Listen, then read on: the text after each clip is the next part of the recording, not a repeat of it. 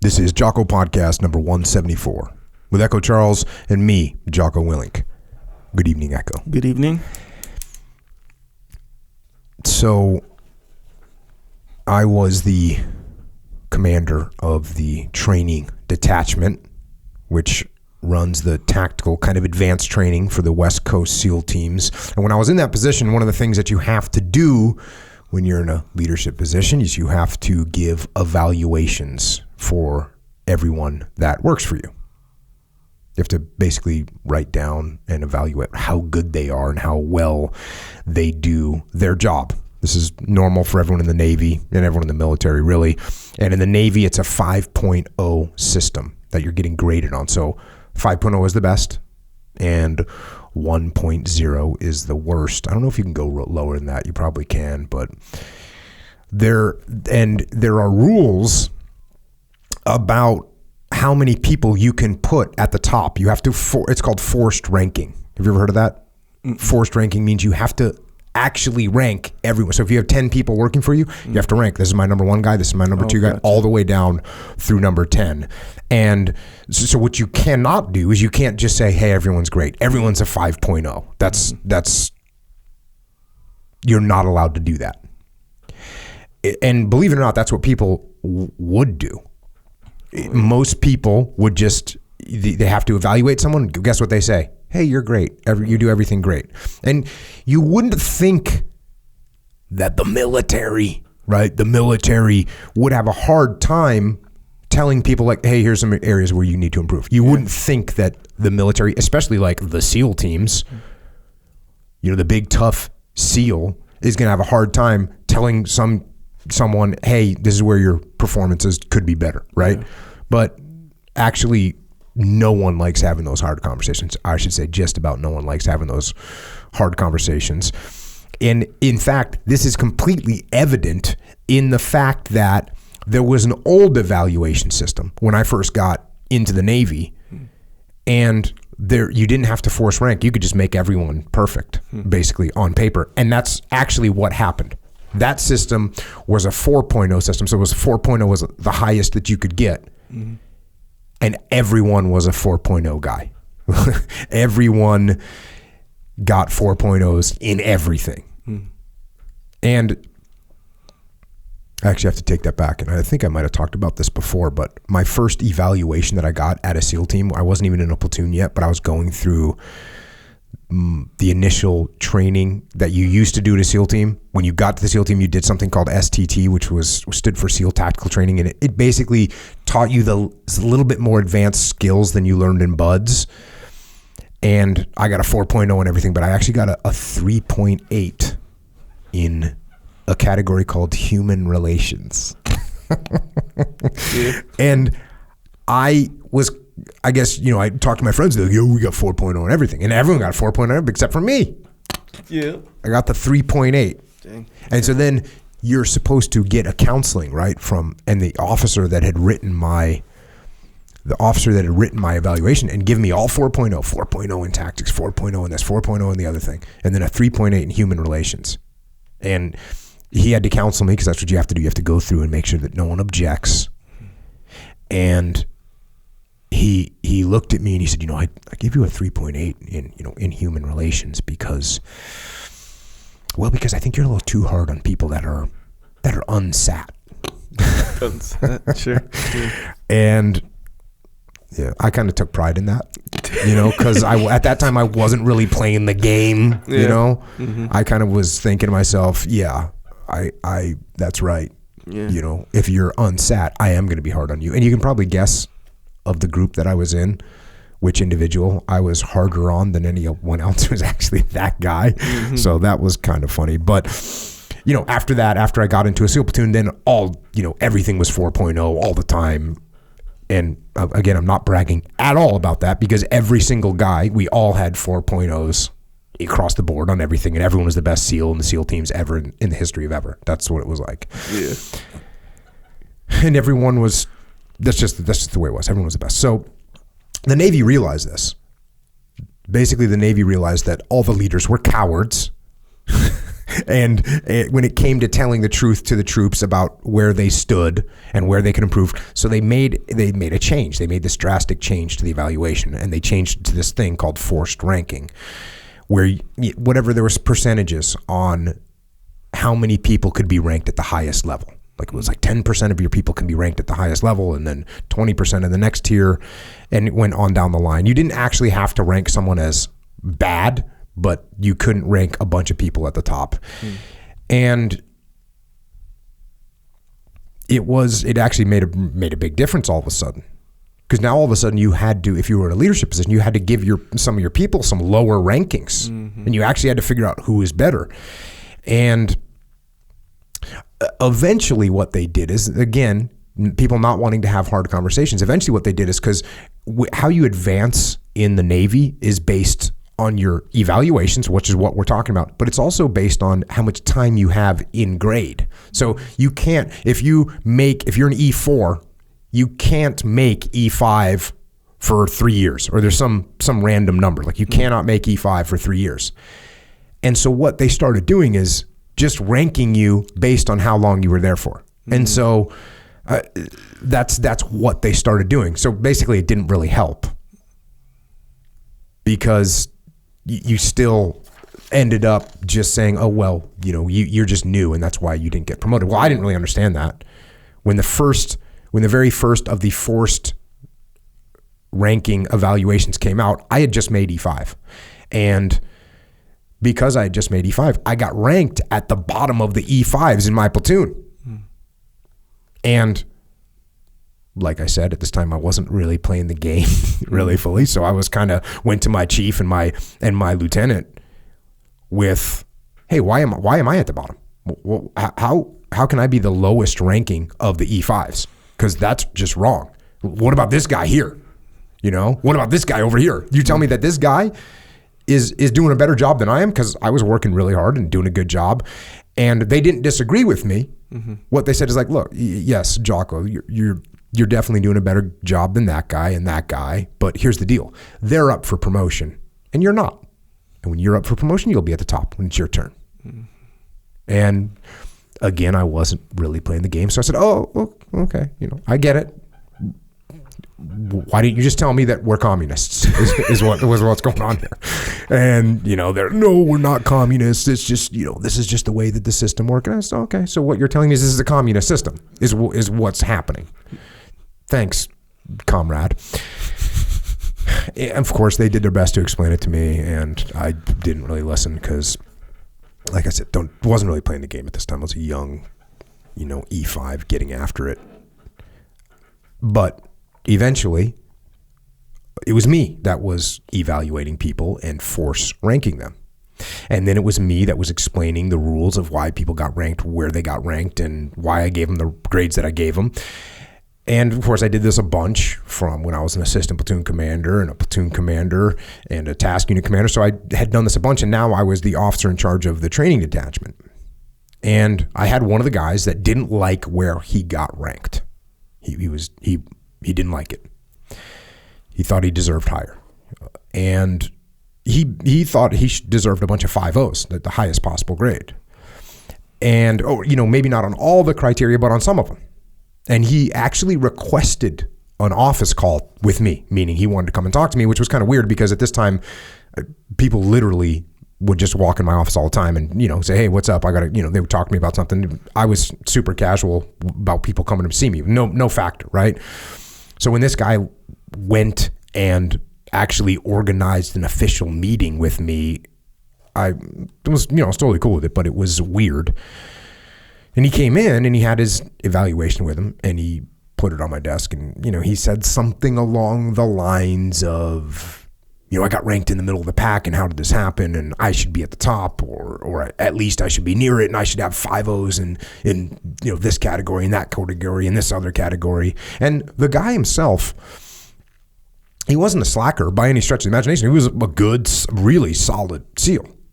He wasn't like an over-the-top, outstanding front runner, but he was really, really solid, which you are only allowed to have a very small number of guys that you're ranking as front runners. And he wasn't there. And I was better at this point at playing the game, up and down the chain of command. And so what I did was I sat there and I listened to him and I listened to his perspective. And as I was doing that, as I was listening to this guy, and I was thinking to myself, this guy's a hardworking SEAL. He thinks he should have higher grades across the board. He thinks he should be a top-ranked guy with 5.0s. And as I'm sitting there listening to him, I'm thinking, why does he actually think that? Why does he think that? What is going on in his head that he thinks that he should be a 5.0? And of course, I'm thinking to myself, this is somehow my fault. This has got to be my fault because I'm the leader and I have a guy that's concerned enough about his rankings that he's in here talking to me. He actually set an appointment to come and talk to me about this. So obviously I had not done a good job at this point of explaining things to him. And if he doesn't get it, obviously there's going to be more people that think the same way. He's not the only one. When someone comes to you with a problem, they're not the only one. So that's what I'm thinking. And I'm thinking that he's thinking he's a 5.0. That's what he's thinking. He's thinking he's a 5.0 and he's not. And he thinks he should be. And then I'm trying to figure out, I'm thinking to myself, okay, how do I explain to him where he is missing the mark? How can I explain to him that he's not quite a 5.0? Because 5.0 is outstanding. And then the answer kind of jumped out at me. The answer was the evaluation form itself. That's what it was. Because the evaluation form itself actually gives the definition of what a 5.0 sailor is, what a 5.0 leader is. And really, when you break it down to what a 5.0 human being is, the evaluation actually spells it out in plain English. So I picked up the evaluation form that he had brought in, and I started to read chunks of it to him. So the first little chunk that I read to him, there's a section called professional knowledge. And if you are a 5.0 in professional knowledge, it gives you a list of what you are. And here's what it says. If you're a 5.0 in professional knowledge, this is what it says. Recognized expert, sought out by all for technical knowledge. Uses knowledge to solve complex technical problems. Meets advancement requirements early and with distinction. So, I looked at him and said, okay, recognized expert. Are you a recognized expert? How often are you getting called by the East Coast or by the SEAL team to help them solve a problem? The answer was he's not. He's a good, solid guy, really good instructor, but he's not a recognized expert. And he knew it. And then I read the 3.0, which is a middle grade. Like, hey, this is your average situation. I said, maybe this is you. I said, listen, strong working knowledge of rating, specialty, and job. Reliably applies knowledge to accomplish tasks. Meets advancement requirements on time. This is a solid human being, right? This is solid. That's a 3.0 right there. Mm-hmm. And again, as I'm reading to this guy, yeah, he had strong working knowledge for sure. He was applying that knowledge to his job for sure. He was doing that. So that's cool. That's 3.0. What about quality of work? Another section, quality of work. Here's 5.0 for quality of work. Needs no supervision. Always produces exceptional work. No rework required. Maximizes resources. So needs no resources. Let's think about that. I mean, this guy was working in another department. He was definitely being managed. And then always produces exceptional work. Again, this is as good. You can't get any better than exceptional. Mm-hmm. So I said, is that you? Do you not need any supervision? And he knew, I know, I worked in the departments. I know what's going on. He can't lie to me. Yeah. And I said, how about this? Needs little supervision. Produces quality work. Few errors. Uses resources efficiently. You know what that is? That's 3.0. I actually gave you a 4.0, somewhere in between those two. I'm actually being kind of generous. What do you think? How about military bearing and character? Let's see what that looks like. Here's what the definition for military bearing and character is. U.S. Navy 5.0 evaluation. Exemplary personal appearance. Model of conduct on and off duty. A leader in physical readiness exemplifies Navy core values, honor, courage, commitment. Now, this guy's sitting in my office. He's in sloppy PT gear. His hair's a little bit long, and he's not one of these super stud SEALs that's in awesome physical shape. He's kind of a guy that liked to party a bit, and he was a hard-working SEAL, a great guy, but I'm saying he wasn't exactly a model of conduct on and off duty. Think about what that means, a model of conduct.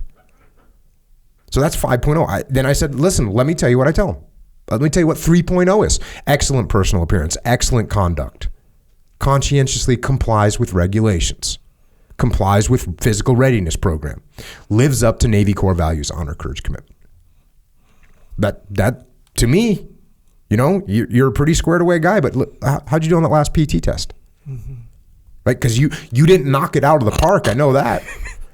Right? So are you telling him yes, these? You're reading I'm these reading to them. him? I'm doing what we're doing right here. I'm Perfect. straight up reading them to him because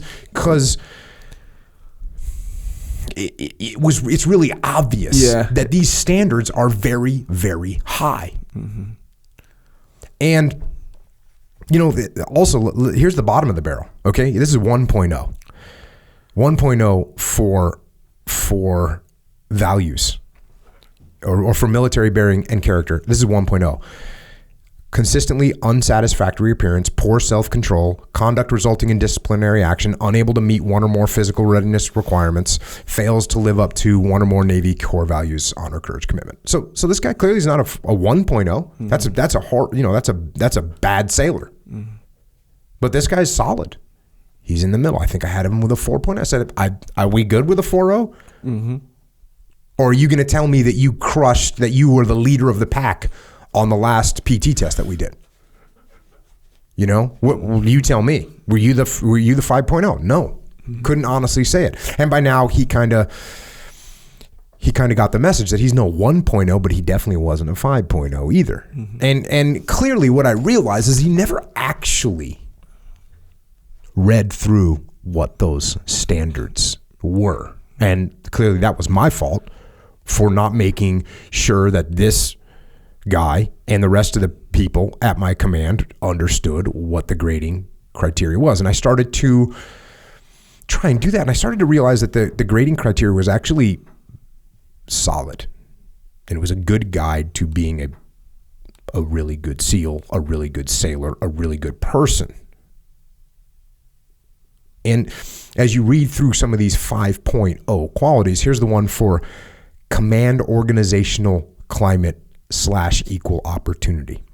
So if you're a 5.0 in this category, measurably contributes to the Navy's increased retention and reduced attrition objective. Proactive leader, exemplary mentor, involved in subordinates' personal development, leading to professional growth and sustained commitment, initiates support programs for military, civilian, and families to achieve exceptional command and organizational climate. The model of achievement, develops unit cohesion by valuing differences as strengths. So let's think about that. That's a massive. Who's going to get 5.0 in that? In the SEAL teams, not too many people, because in the SEAL teams, who's initiating support programs?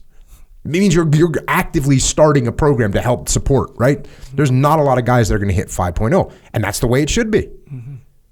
Here's what 5.0 looks like for personal job accomplishment and initiative.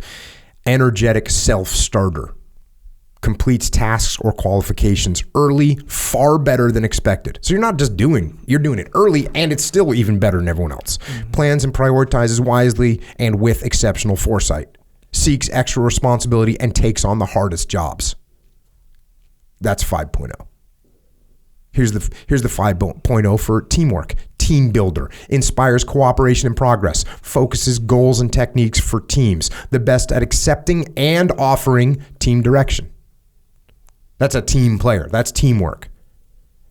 And here's how you get a 5.0 in leadership. Now think about this. You think you're a good SEAL, you think you're a good sailor, and you think I'm a good leader, right? Here's what you have to do to get a 5.0. Inspiring motivator and trainer. Subordinates reach highest level of growth and development. So now all of a sudden it's not even about you anymore. This is about you being a leader, and you, not just what you do, but what your subordinates have to reach the highest level of growth and development. It goes on. Superb organizer. Great foresight. Develops process improvements and efficiencies. Leadership achievement dramatically further command mission and vision. So what you do as a leader dramatically furthers the mission. Perseveres through the toughest challenges and inspires others. Exceptional communicator. How many people do you know that are exceptional communicators? There's not a lot of people that are exceptional communicators. That's a hard thing. That's not only being born with some communication skills, it's actively working and honing those skills through your lifetime before someone tells you you're an exceptional communicator. Makes subordinate safety conscious, maintains top safety record, constantly improves the personal and professional lives of others. So this is barely even about you anymore. It's how well does your team do? So you've got to be 100% squared away if you're going to get a 5.0 in leadership. That's just the way it is. And like I said, you're not just getting judged on your success, but on the success, not just of the mission, but of the actual individual people that work for you. And so this granular look at these descriptions kind of changed this guy's perspective. And now he actually saw what he was supposed to be doing. And he actually knew what he was aiming at. And he didn't know that before. And you know whose fault it is that he didn't know that? It's my fault. Because I'm the guy that's in charge. And I thought everyone knew. Or I thought at least everyone was aiming as high as they possibly could at everything. But that's actually naive. It's naive for a couple reasons. Not only is not everyone aiming to be the best they can. You know, some people don't care about some things, but sometimes people don't actually understand what it is that they're supposed to be aiming at. They don't understand what the metric is, how they're being measured. And clearly, you have to have something to aim at. And if you don't have anything to aim at, then you're never going to get anywhere. You're never going to hit the target that you're not aiming at. You have to aim at the target to hit it. You have to know what you're trying to be, or you won't be that. And the Navy, I think, with this evaluation form, does a decent job if you kind of can take a step back. And one problem is with the Navy evaluation system and all the evaluation systems in the military is they're very administrative. It turns into much more of a paperwork drill than it is an actual attempt to make people improve themselves, right? It's there, but people go, this is where I fell out. Cool, I'm up for promotion. Cool, I'm at. They don't read it, right? They don't actually. It's not a true counseling. The objective isn't to really truly improve those people. That's one of the problems with this. With the counseling system inside the Navy, and it happens in the other branches as well. But if you read that sheet and you kind of take a look at it, then you realize, okay, there's some things that I can aim at now. And the Navy does a decent job of that. I'll tell you, the Marine Corps does an even better job. The United States Marine Corps evaluation system is more detailed, and it's more descriptive, and it's more complete. The Navy system, the whole Navy evaluation is 2 pages long. The Marine Corps, theirs is 6 pages long. And one thing that's interesting about the Marine Corps, you know, in the Navy one, they list, okay, you're a 1.0. This is what you're like as a 1.0. The Marine Corps doesn't even give descriptions for the low end of the spectrum. They don't even exist. They're not going to waste time describing a loser Marine.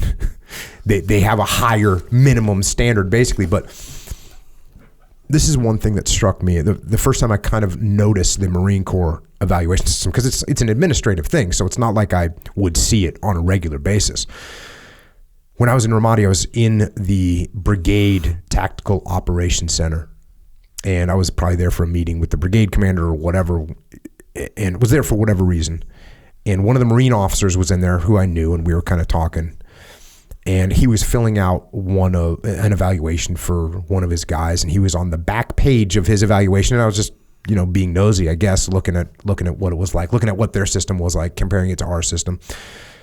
And as I was looking at the form, on the last page, the page he was actually working on, there was a graphic representation of Marines and of how they rank Marines. And it kind of looked like a Christmas tree. So if you picture a Christmas tree, and the whole Christmas tree is made up of little eagle, globe, and anchors, which is the symbol of the Marine Corps.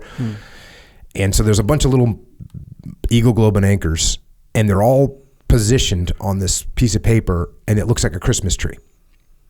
And so the bottom of this graphic, the bottom of this Christmas tree is just an empty space. There's nothing there. And that line is represented. There's a little indicator that shows what that line represents. That line represents the unqualified Marine. So there should be no unqualified Marines in your unit.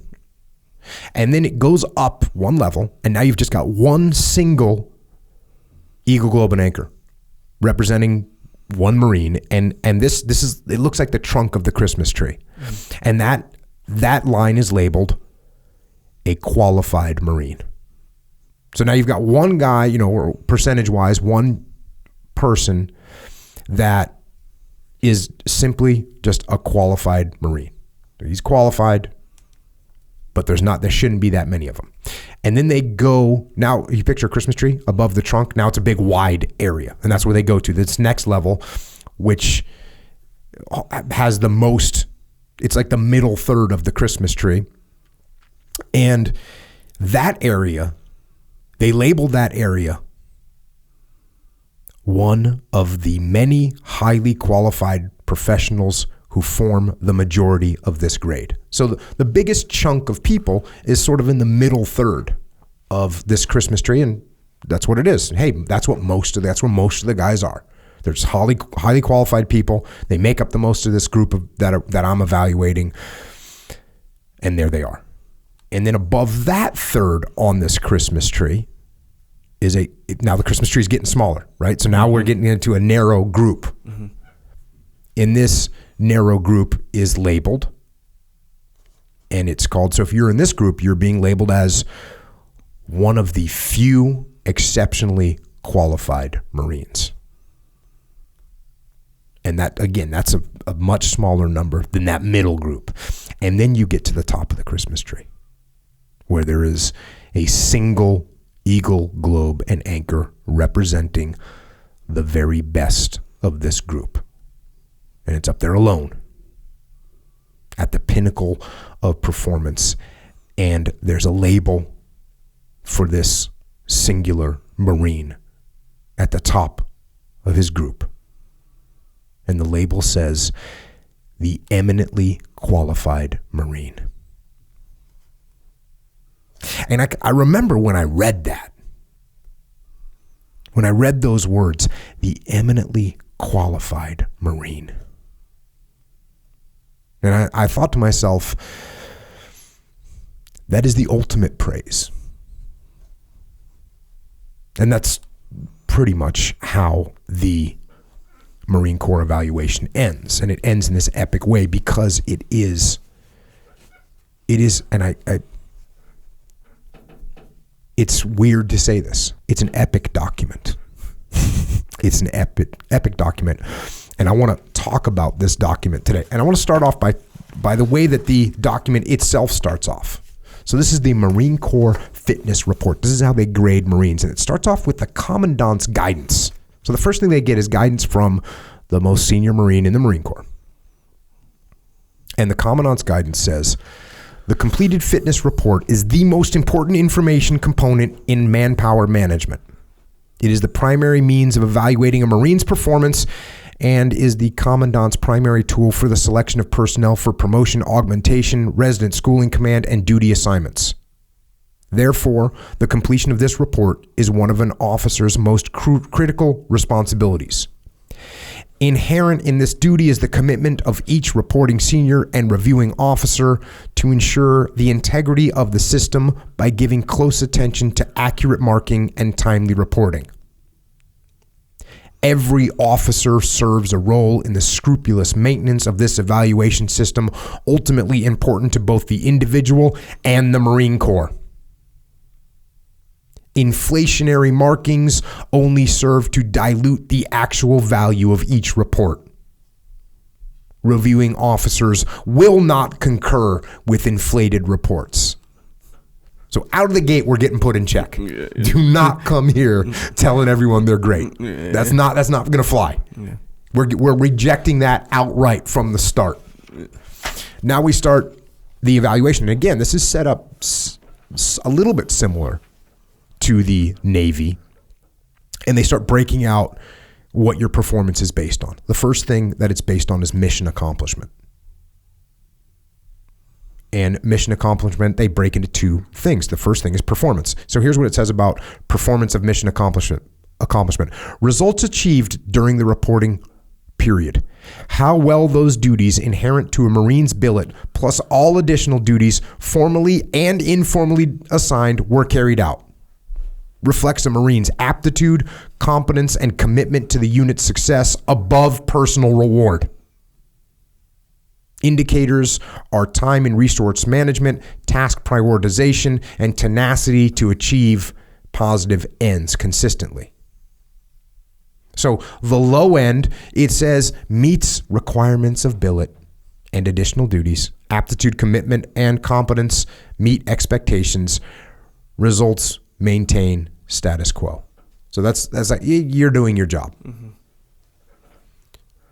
And then if you're at the high end of the spectrum, results far surpass expectations, recognizes and exploits new resources, creates opportunities, emulated, sought after as an expert with influence beyond unit, impact significant, innovative approaches to problems produce significant gains in quality and efficiency.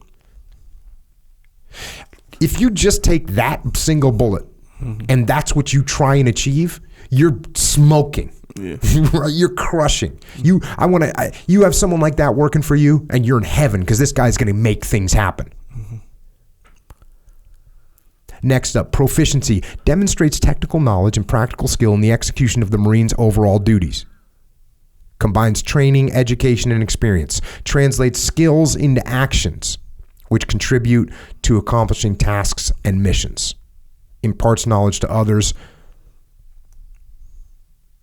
Think about this one, translates skills into actions. That's kind of a big deal.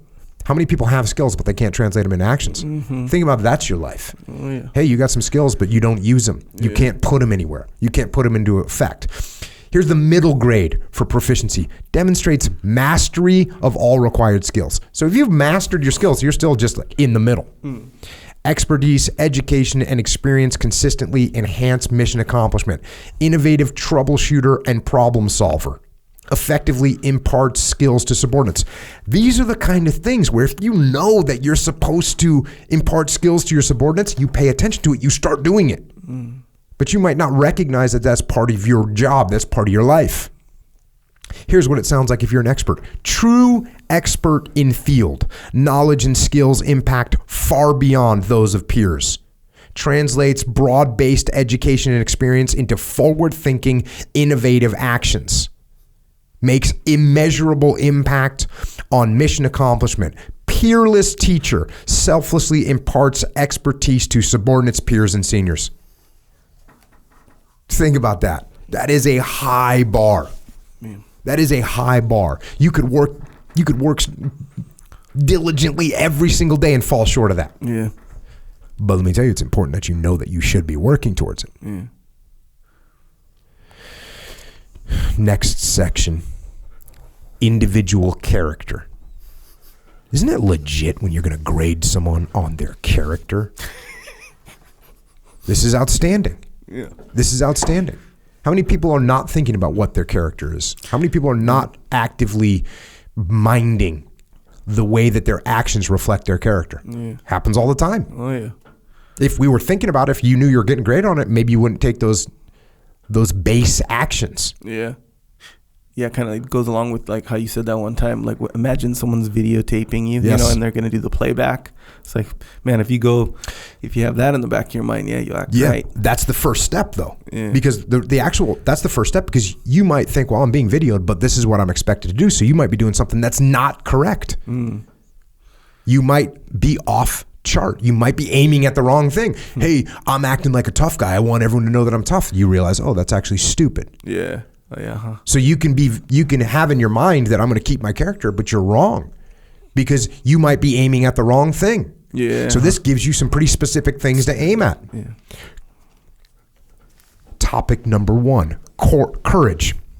Moral or physical strength to overcome danger, fear, difficulty, or anxiety. Personal acceptance of responsibility and accountability. Placing conscience over competing interests regardless of consequences.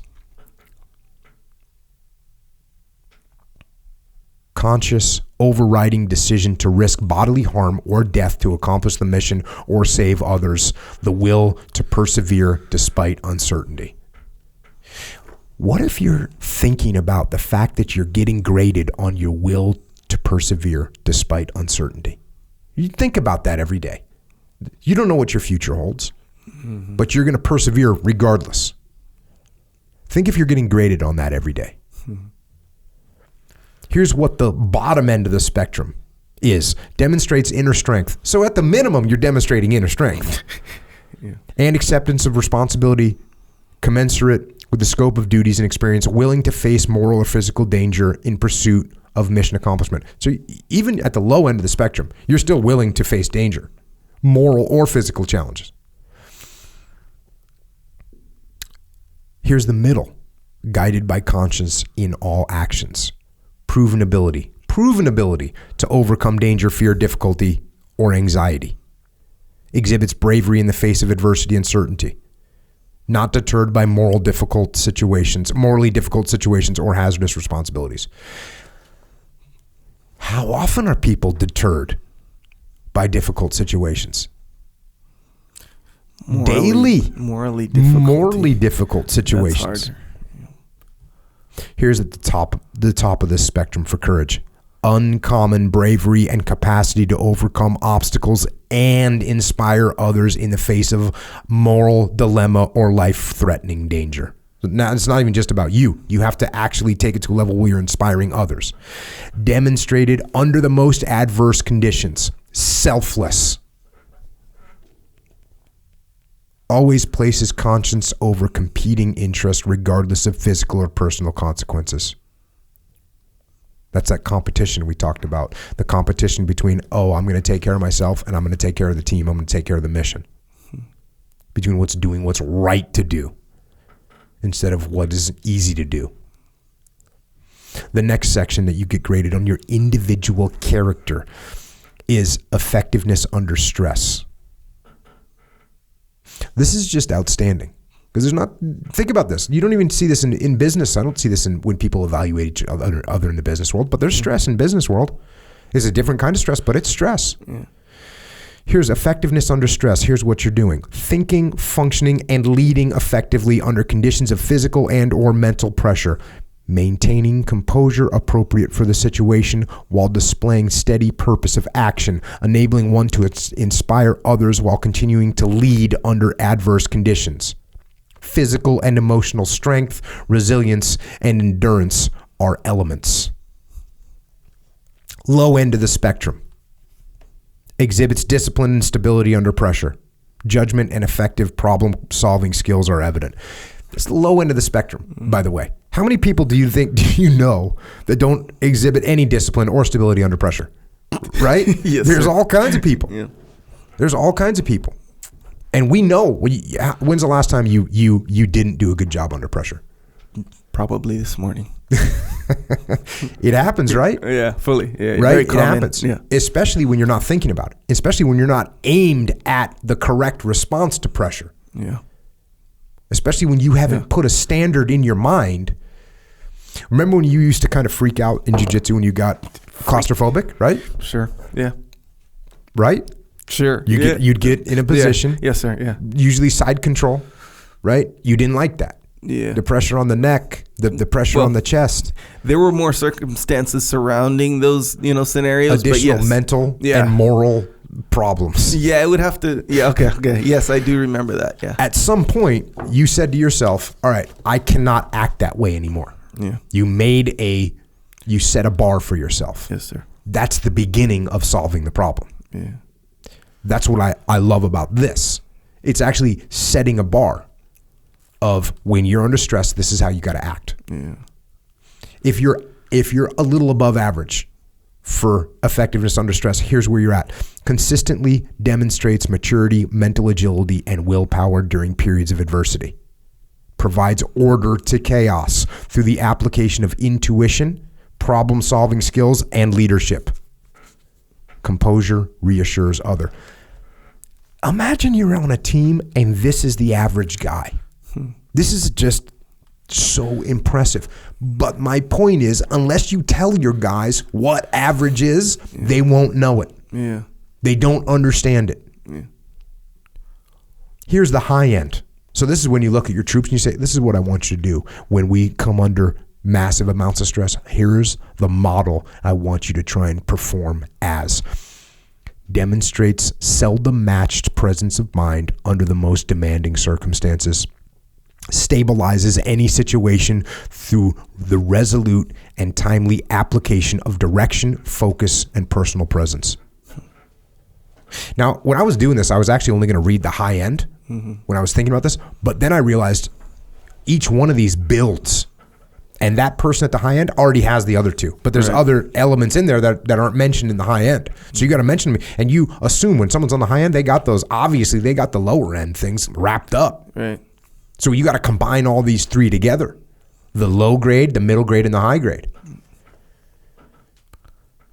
We want people to show initiative. I talk about this all the time. This is the essence of decentralized command, is that people show initiative. Here's what they say about initiative: action in the absence of specific direction. Seeing what needs to be done and acting without prompting. So I'm listening to all these, right? This whole thing. And at first I was like, oh, that's cool. That's how the Navy kind of evaluates people. And sure, you're going to talk about the Marines and stuff. But maybe like the second little part you started reading, I just started applying it to myself. That's what I'm saying. Like my life, yes. like, okay, so, we're all part of, like, if you have a family, if you're the dad or something, right? Or you're whatever, if you're in a family unit, you're part of a team right there. And, your goals change from time to time, but you sort of know the goals. So I'm like thinking in my mind, every little like element that you're talking about, I'm like, okay, let me evaluate myself for sure with this, like how good. And you're right, man. So a lot of times, like, okay, so performing under stress, right? I don't know, like there's all these little things. You're going to the beach and you're trying to make it on, you're trying to beat Echo traffic. Charles is in the house. You're trying to beat traffic. We're trying to make it to the beach. We have a high stress level. Yeah. Proceed. The kids need their water and they need their change of clothes. It might get cold. They need a jacket, all this stuff. Meanwhile, the clock is ticking, daylight, all this stuff. You don't want to miss sunset, all this stuff. So how are you going to perform under that stress, And I get it. Well, the funny thing is you're bringing up this, and I'm actually completely making fun of you for bringing up that stress. Yeah. How often are you at a public place and you see a family and they're running late or whatever, and you see a leader of the family, mother or father, freaking out and losing their composure over the stress that we're actually joking about? Yeah. You're a little bit serious. I'm joking about it, but still. You see people lose their minds because of dumb things. Oh, yeah. And there's a little bit of stress in their world, and they drop the ball. They freak out. Exactly right. So my question is, has anyone ever sat them down and explained to them what the standard is? Yes, sir. And that's my point here. Yeah, exactly. A lot of times people don't even recognize, they don't even know, they don't even understand what the eminently qualified human being how they are going to act in these situations. Yeah, it totally, exactly 100% right there. So like, okay, so how you ever have a guy who like loses his temper and then like you say, hey, you kind of lost it there. And then he goes back to how he felt, like almost like the way he felt justified losing his temper, right? So you just understand. Here's the thing, Brad. We know you felt like that. You totally demonstrate. So you don't have to explain that. But yeah, you were feeling this and you behaved a certain way. But if that guy knew that he was being evaluated on his behavior, regardless of how he feels, right, he'd be aiming, how you put, that's the key part. Correct. It's not just the grading part. Yes. It's you have to know what the standard is, because that guy might not even understand it. Yeah. Hey, if I lose my temper, I think it was JP. JP really took it to heart when he heard me say, losing your temper is a weakness. Yeah. Before that, he just didn't, because you see other people in your life, you see other team guys, you see your dad, you see your uncle, and they fly off the handle, and you almost have a respect for it, right? You definitely respect when your dad loses your temper, you kind of think, wow, that's powerful. Yeah. How can I have some of that power? Well, you just do that, right? Yeah. So it's a learned mechanism.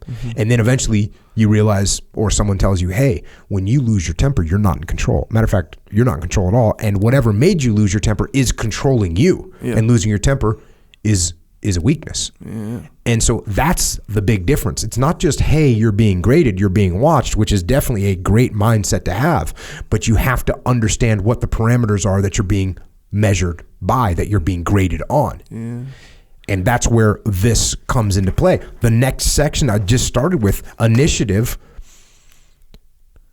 And we want subordinates to take initiative, but we want everyone to take initiative, right? Mm-hmm. Your kids, you want your kids to take initiative. Mm-hmm. You want people in you want everyone to take initiative.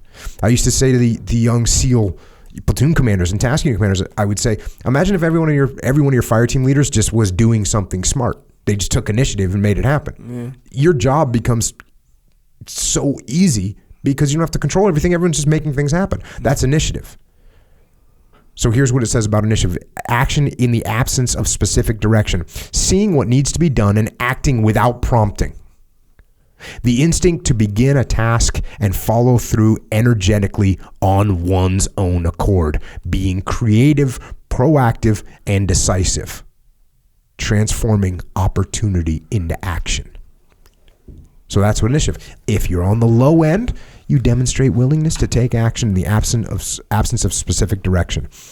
Acts commensurate with grade, training, and experience. That's what we expect of you. A little bit better. In the middle, self-motivated and action-oriented. Foresight and energy consistently transform opportunity into action. Develops and pursues innovative solutions. Acts without prompting, self-starter. That's what we want. And then here we go, the high end. Highly motivated and proactive. Displays exceptional awareness of surroundings and environment, uncanny ability to anticipate mission requirements, and quickly formulate original, far-reaching solutions. Always takes decisive, effective action. With definitions like that, it's no wonder there's only one Marine at the top of that Christmas tree. Yep. Because that is a squared away individual right there. Far-reaching. You know what's crazy about this? Having put so many people through training myself, even though there's only one allotted space up there, there are so many people that are capable of this kind of behavior. It's way more than 1%. It's way more than 10%. If you have people that understand what the parameters are and really aim toward them, you can get a lot closer than most people would think. Yeah. And I obviously I don't know, but it seems like what you're talking about. If they like, a lot of people just don't know. They don't know the standard, and they don't know. Yeah, they don't know. It's not been made clear to them. Yeah, clear. The next section, leadership, and this is broken into multiple sections, obviously, because leadership is the most important thing on the battlefield. So this is their biggest section, leadership. Section number 1, leading subordinates. The inseparable relationship between leader and led. The application of leadership principles to provide direction and motivate subordinates. Using authority, persuasion, and personality to influence subordinates to accomplish assigned tasks. Sustaining motivation and morale while maximizing subordinates' performance. So there you go. That's what you're going to do as a leader. Low end. Engaged. provides instructions and directs execution, seeks to accomplish mission in ways that sustain motivation and morale. Actions contribute to unit effectiveness. Cool.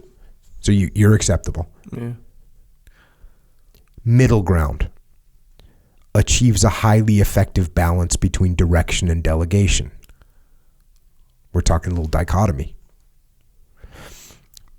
Effectively tasks subordinates and clearly delineates standards expected. Enhances performance through constructive supervision. Fosters motivation and enhances morale. Builds and sustains teams that successfully meet mission requirements. Encourages initiative and candor among subordinates. So you can see that the low end, you're kind of just telling people what to do a little bit, right? Mm-hmm. Now you're starting to ask for feedback. You're starting to build that bond. Here's the high end.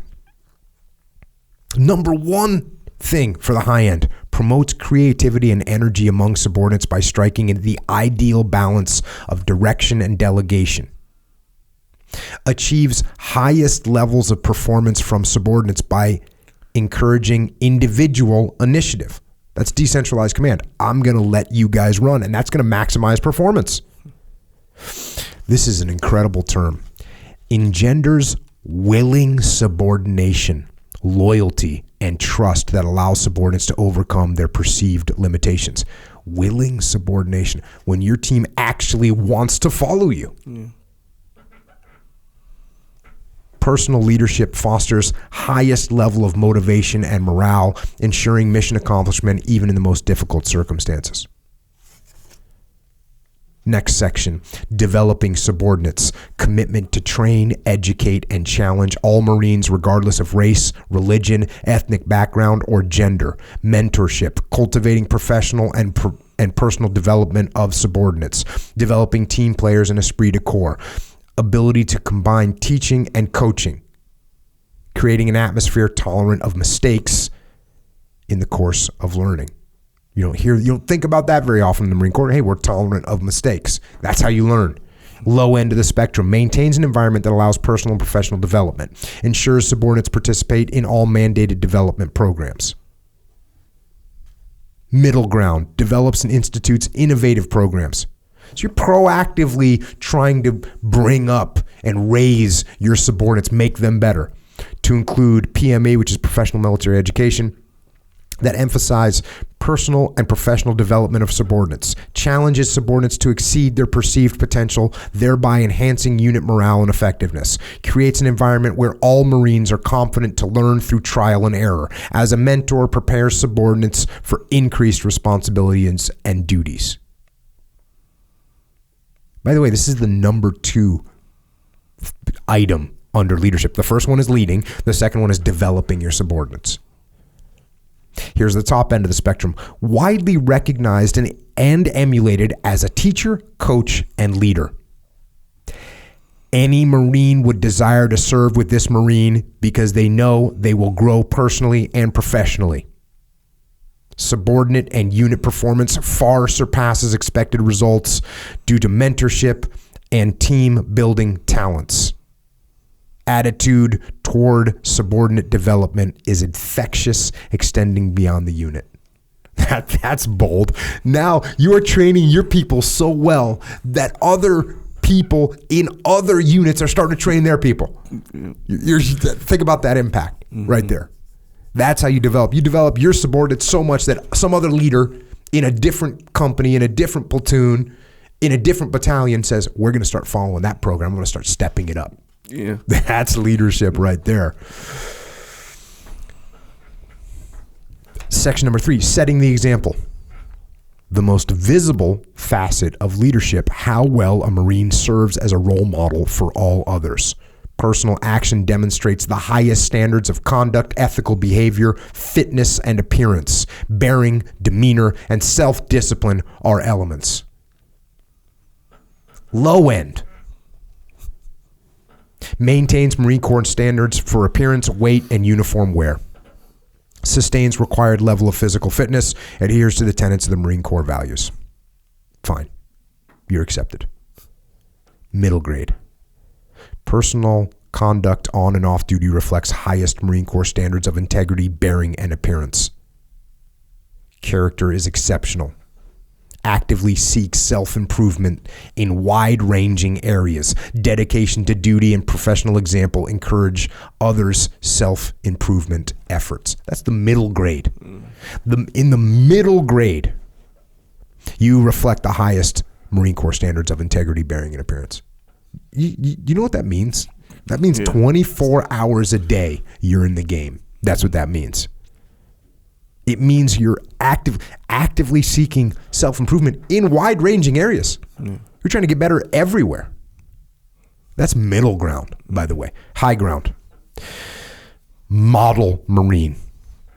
Frequently emulated. Exemplary conduct, behavior, and actions are tone setting. An inspiration to subordinates, peers, and seniors. Remarkable dedication to improving self and others. What are you trying to do to get better? I mean, I said that on this podcast since day one. We're trying to get better. What are you doing, actually? Yeah. What's the activity? Because you know another word you see here a lot in this is action. Words into action. Ideas into actions. Skills into action. Yeah. I was going back and forth with a guy that I did some work with for Echelon Front, and I worked with him quite a few years ago overseas, and we still text back and forth from time to time. And I said, hey, because he was telling me some of the notes he had taken. And I said, send me some of the notes. One of the notes from the first note he sent me was, you can't think things better.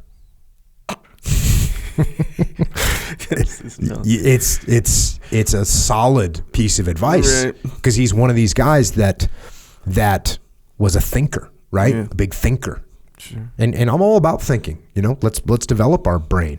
Let's develop our mind power. Let's think about things. Let's be thoughtful. That's fine. But you can't think things better. They're not going to get better unless you actually apply the skills. Skills into action. Thoughts into action.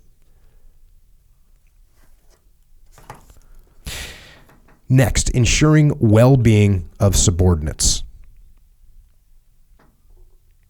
Genuine interest in the well-being of Marines enhances subordinates' ability to concentrate, focus on mission accomplishment. Concern for family readiness is inherent.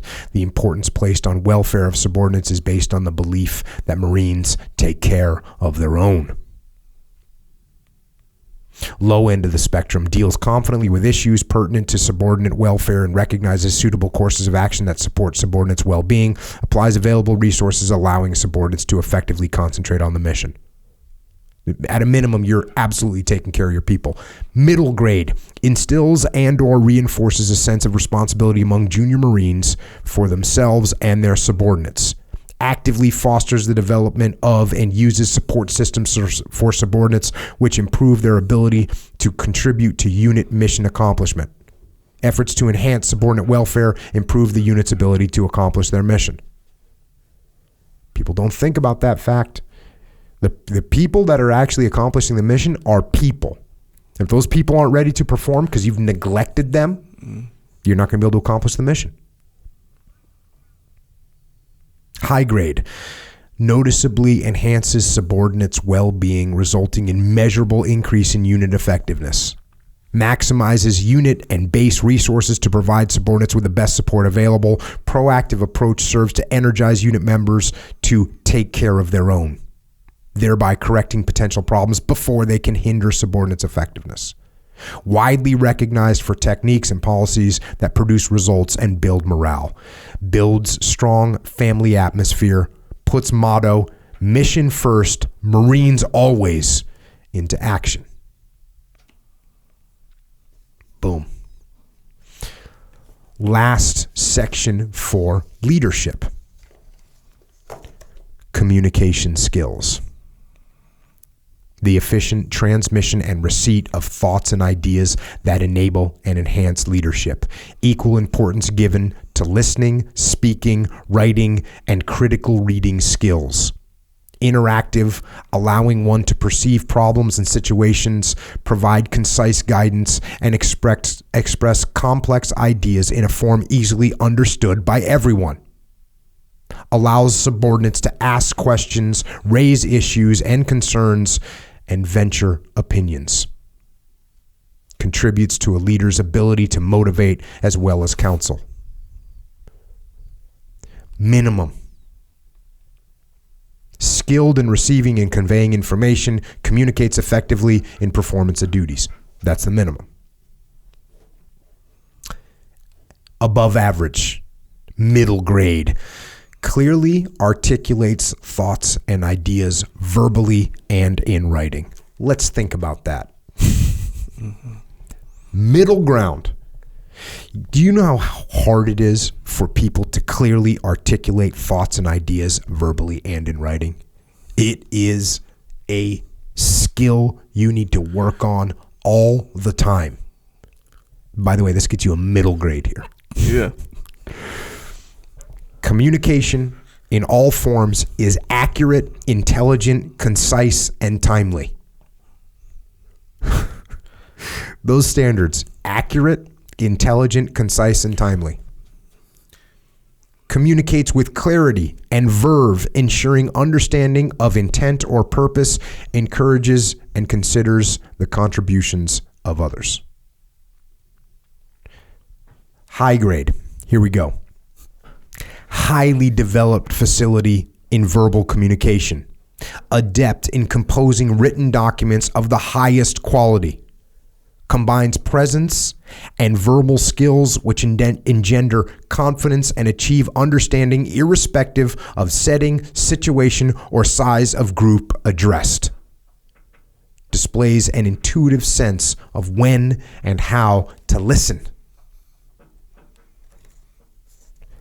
So, read, write, speak, listen, and do it all the time if you're in a leadership position or you want to be in one. That the reading part, people ask me what I learned in college. One of the most important things that I learned in college was I was an English major. This is why I was an English major, by the way, because I recognized when I was at a SEAL team as a young officer that one of the most important things I was going to be dealing with was communicating with other humans. And I needed to have good command of the English language and of reading and of writing the English language. But when I had to decipher Shakespeare, and I took a lot of Shakespeare, and you realize that you don't know what words mean, and you realize that you don't understand the sentence construction, and what you realize is that you have to break them down and go through them and figure it out. So when I would get the rules of engagement from up the chain of command 5 years later, and I didn't understand them because they were using words I didn't know, I said, okay, what I need to do is look these up, read it, find out some substitute words, make sense of it, look up the definition of what they're specifically talking about, and go from there.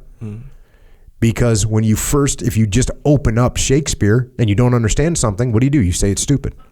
When somebody writes the rules of engagement and there's words in there you don't understand, if you don't understand how to parse things apart and look up definitions and can't be humble enough to recognize that there's some things that you don't know, well, then all you do is go, oh, this is stupid. Check. Communications. The next thing. No one really probably thinks that this is going to be in here for the Marine Corps. The next section you're getting graded on as a Marine is intellect and wisdom. Everyone thinks people in the military is a bunch of knuckle draggers. Think it's all about brawn. But there you go. Intellect and wisdom. Professional military education, PME. Committed to intellectual growth in ways beneficial to the Marine Corps. Increases breadth and depth of warfighting and leadership aptitude. Resources include resident schools, professional qualifications and certification processes, non-resident and other extension courses, civilian educational institutional coursework, a personal reading program that includes but is not limited to selections from the Commandant's reading list. participation in discussion groups and military societies, and involvement in learning through new technologies. You got to get in the game right there. Got to get educated. Here's low end. Maintains currency and required military skills and related developments. Has completed or is enrolled in appropriate level of PME for grade and level of experience, recognizes and understands new and creative approaches to service issues, remains abreast of contemporary concepts and issues. Middle grade PME outlook expands beyond MOS and required education. So you're not even worried about your own job. You've got that covered. Now you're going outside of what your job is. Develops and follows a comprehensive personal program, which includes broadened professional reading and or academic coursework, advances new concepts and ideas. And here's your high end. Dedicated to lifelong learning. As a result of active and continuous efforts, widely recognized as an intellectual leader in professionally related topics, makes time for study and takes advantage of all resources and programs, introduces new and creative approaches to service issues, engages in a broad spectrum of forums and dialogues. So this is never going to stop. You got to keep feeding your brain. The next thing you're getting graded on, intellect and wisdom. Decision-making ability. Viable and timely problem solution. Contributing elements are judgment and decisiveness. Decisions reflect the balance between an optimal solution and a satisfactory, workable solution that generates tempo. So there's a good dichotomy for you. Optimal decision on one side, workable decision that can keep you moving on the other side. You got to balance that dichotomy. Decisions are made within the context of the commander's established intent and the goal of mission accomplishment. So, of course, you're trying to support the commander's intent. Anticipation, mental agility, intuition, and success are inherent. This is not the first time they brought up intuition in here. How do you develop intuition? Experience, wisdom, reading. Low end. Low end. Makes sound decisions leading to mission accomplishment. That's the minimum. The minimum is to make sound decisions. Actively collects and evaluates information in ways alternatives to achieve timely results, confidently approaches problems, accepts responsibility for outcomes. Middle grade demonstrates mental agility. Effectively prioritizes and solves multiple complex problems. Let's prioritize and execute. Analytical abilities enhanced by experience, education, and intuition. Anticipates problems and implements viable long-term solutions. Steadfast, willing to make difficult decisions. That's a high bar for middle grade. High grade. Widely recognized and sought after to resolve the most critical complex problems. Seldom matched analytical and intuitive abilities. Accurately foresees unexpected problems and arrives at well-timed decisions despite fog and friction. Completely confident approach to all problems. Masterfully strikes a balance between the desire for perfect knowledge and greater tempo. Widely recognized to solve problems. This one, though, this little line here, accurately foresees unexpected problems and arrives at well-timed decisions despite fog and friction. That's a big ask right there. You got to be in the game. You got to be in the game to get to that level. Last thing you're getting graded on for intellect and wisdom is judgment. The discretionary aspect of decision making draws on core values, knowledge, and personal experience to make wise choices. Comprehends the consequences of contemplated courses of action. Minimum grade. Majority of judgments are measured, circumspect, relevant, and correct. Minimum. Middle grade. Decisions are consistent and uniformly correct, tempered by consideration of their consequences. able to identify, isolate, and assess relevant factors in the decision-making process, opinions sought by others, subordinates personal interest in favor of impartiality. And the high end, decisions reflect exceptional insight and wisdom beyond this Marine's experience. Counsel sought by all, often an arbiter. Consistent, superior judgment inspires the confidence of seniors. So that's how you get graded on intellect and wisdom. And actually, the last thing that they grade you on is they actually grade you on how well you evaluate your other Marines. The extent to which this officer serving as a reported official conducted or required others to conduct accurate, uninflated, and timely evaluations. This is the last thing you get graded on.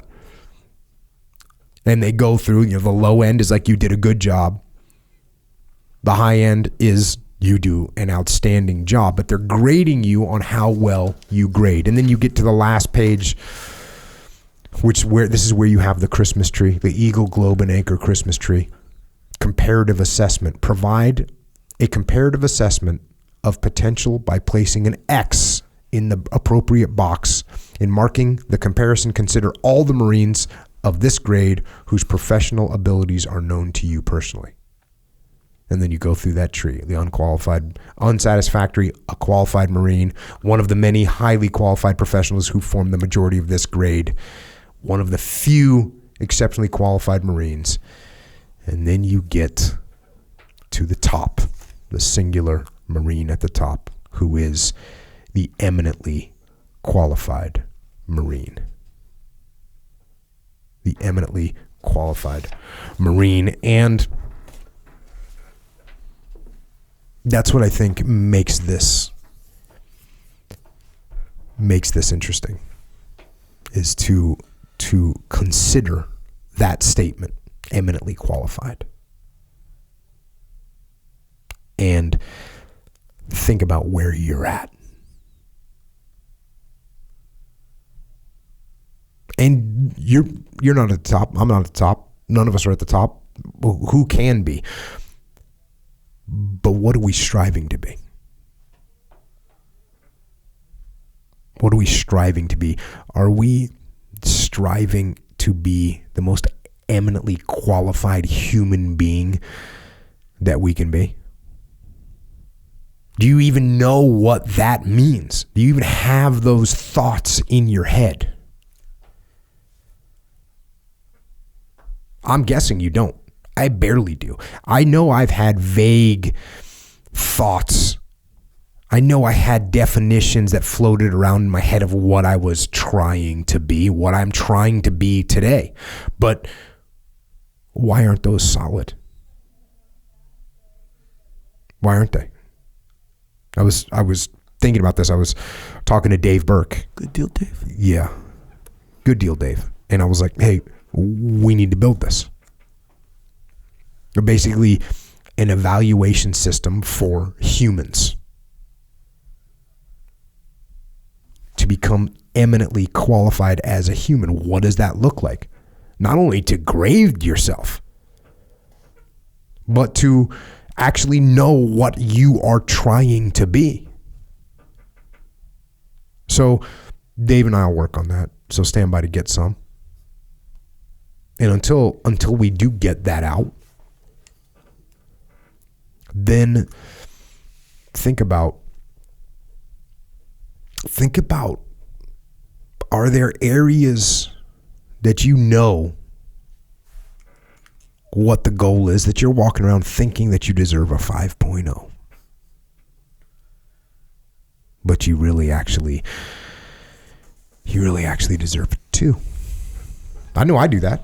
Yes. Right? Yes. I'm thinking I'm good. I'm walking around. I'm thinking I'm running everything right. I'm thinking I come correct. You. Yes, sir. But the reality is I don't. Yeah. And the reality is you have that little moving goalpost in your head. You move it around a little bit, right? You give yourself a little bit more slack one day, then you tighten it up because you're feeling good the next day, then you slack it off a little bit more. But as far as you're concerned, that's a 5.0, right? You're there. Yeah. You're in there. And the reality is, I don't measure up the way I should be measuring up on a daily basis, on an hourly basis. Who's grading me? Who's lying to me? You know who is? Me. Yeah. Me. But until we clarify what the aim is, what the goal is, and what those standards are, how am I supposed to hold myself accountable to those standards when they don't even exist? So I'm going to make them exist. Yeah. I'm going to put them on paper. Yeah. We're going to come up with that eminently qualified human being, what that looks like. Because we all got ideas floating around up there. Yeah. Well, I'm going to bring it. Bring it. I'm going to apply that. Put it into action. Put it into action, right. Are we doing everything that we could be doing, everything that we should be doing? Are we cutting corners? Are we slacking off? Are we giving ourselves a 5.0 when we should be at best cracking a 2? Daily. How much are we leaving on the table every day? That's a question for you, right? How much are we leaving on the table? How much are you saying, you know what? I can just leave that there. It's fine. How many things just do you accept as collateral damage? Like something goes wrong, like one thing goes wrong, and so there's just collateral damage. Other things are just going to fall by the way, and you're good with it. Yeah, you're good with it. Something I hurt my knee. Oh, cool. Guess what? I'm going to eat a donut. Yeah, right. Uh-huh. Is that where we're at? Yeah. Is that where we're at, or is there collateral damage? Oh, work was hard. Therefore, I'm going to, treat my family. Not going to have a good family quality time tonight. Collateral damage. Because what do you expect from me? Yeah. Right? Where is the collateral damage? Why are we allowing this collateral damage? Well, part of the reason I'm telling you that we allow this collateral damage is because we're not effectively grading ourselves. And even worse than that, we don't even know what standard we're trying to achieve. No one's even told us the minimum standard. Oh, okay. So why is your life going marginal right now? Why are you doing okay? Why am I doing okay right now? Well, it's because I have some vague idea. Mm-hmm. I kind of know I'm heading in the right general direction. That's not good enough to get maximum. It's not good enough to be eminently qualified. It doesn't work. You have to step it up. You have to have the unmitigated daily discipline in all things. And that's hard. It's hard for one day, never mind every single day. So I'm going to make this evaluation. Dave and I are going to make it. I'll get it out to y'all.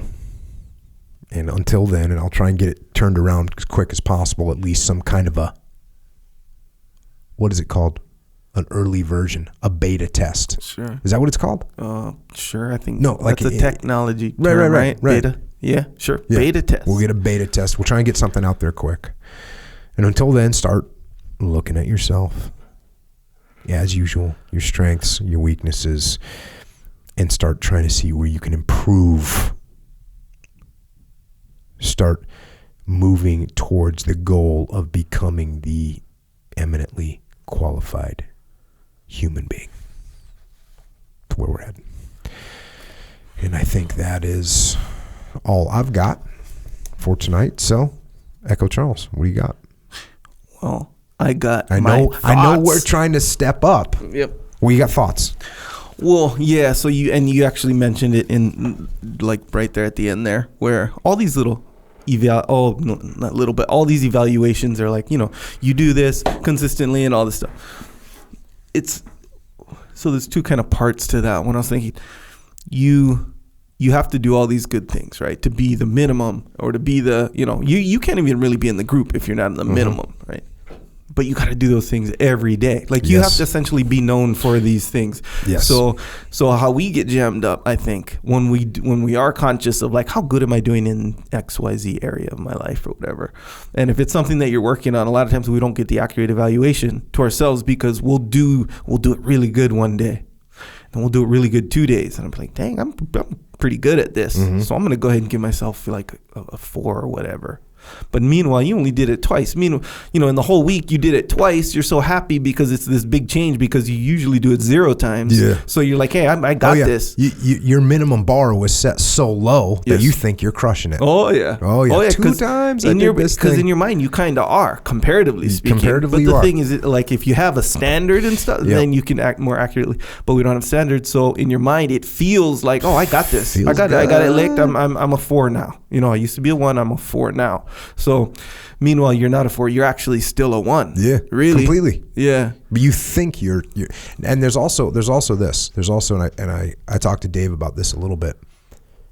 There's a short-term grade and there's a long-term grade. Because check this out. Let's say you've never worked out before, and you've been watching video games and eating donuts and just in bad physical shape. Yeah. Your overall grade for physical fitness is whatever. It's a 1.0. It's the lowest it can go. Mm-hmm. But daily, if you get up, okay, look, I can only run 1 mile and it's going to take me 20 minutes, 22 minutes. Mm-hmm. I'm going to do it. And then I'm going to do as many push-ups as I can, which is 23, by the way. Mm-hmm. If I did a 1 mile run in 22 minutes and did 23 push-ups, I would get a 1.0 for the day. Yeah. But this individual that's been on the couch living a sedentary lifestyle, if he does that, guess what? He's going to get a high grade. He's going to get a 4.8 for the day. So then he's leading himself in the right direction. Yeah. So not only do you have to, this is one of the problems, and again, this is something I told Dave. I'm like, listen, a biannual, twice a year, every 6 months you're getting a grade, that doesn't help you. What you need to look at yourself every day. You need to look at yourself every day and say, did I truly live the way I should be living today? Yeah. And then those standards need to be clear, and then you need to apply them to your life. Yeah. I might even say, like that example you just gave. So the guy who's sitting on the couch all the time or whatever, or every day, and now he's working out every day, but his physical fitness standard technically is still low. He's very still low. Going to be at a 1.0. Maybe another area of evaluation is like, improvement, or how you say, or back when you're young, they give you that most improved kind of thing. Yeah.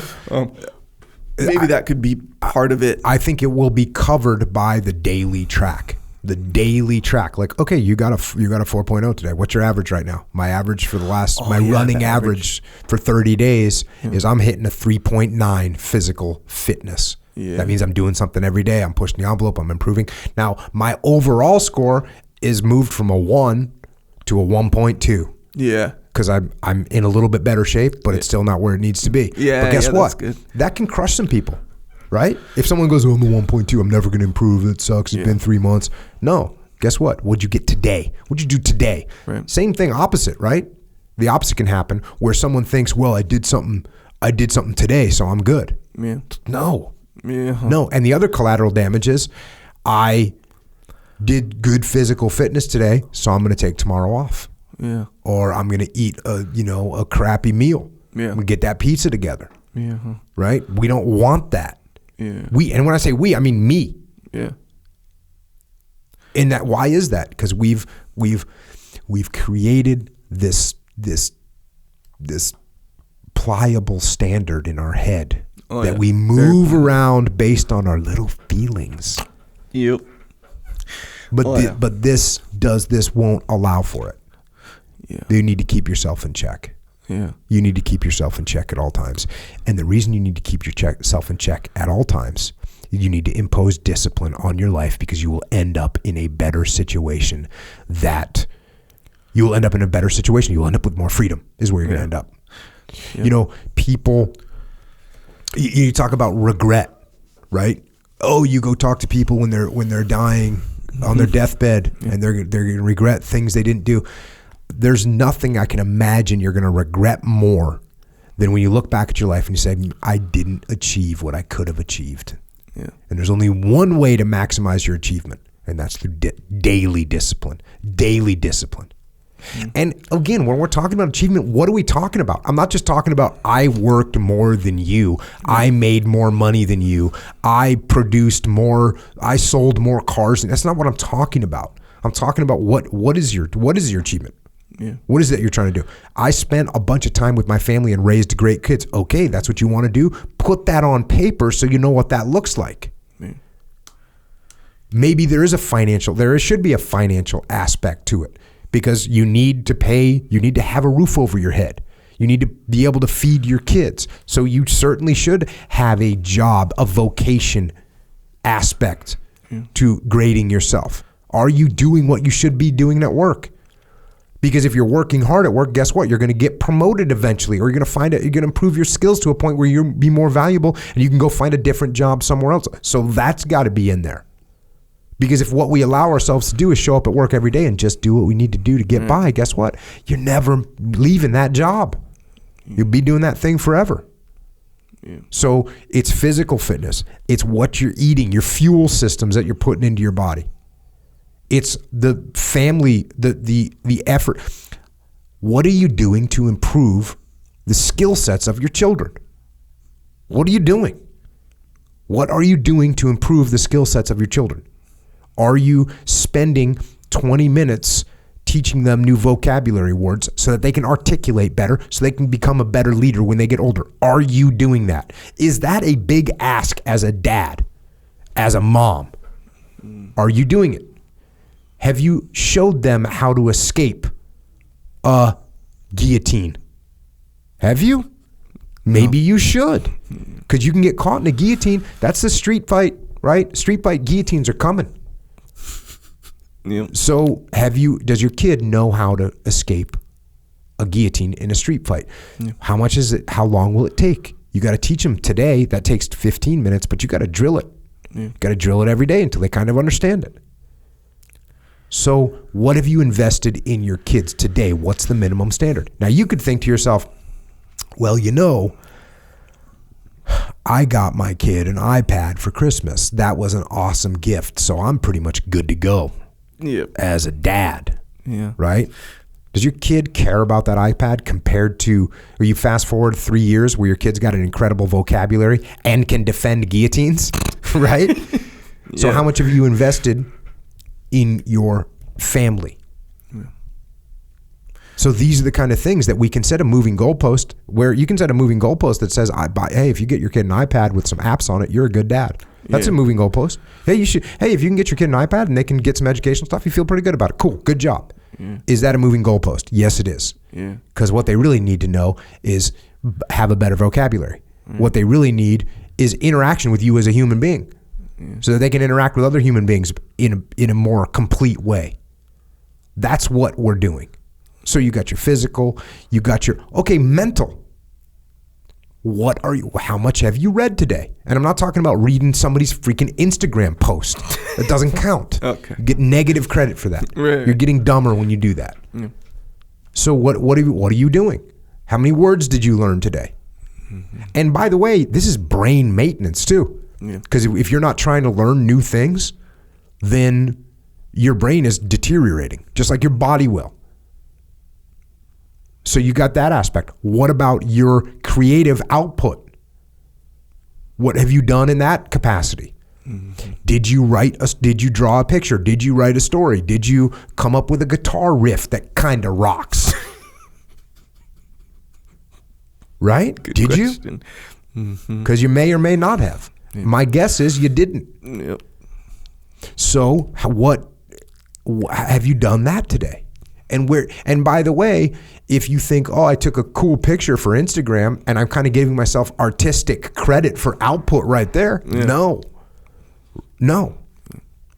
So, and then you start looking at all this stuff and you start adding it together, your time that you invested in your work and your family and your friends, and you're trying to teach your kids something, and you're trying to read something, and all of a sudden you look and you say, well, I don't have much time. And then you look at yourself and say, wait a second, where did my time go today? What grade do I get today for time management? Yeah, that's a big one.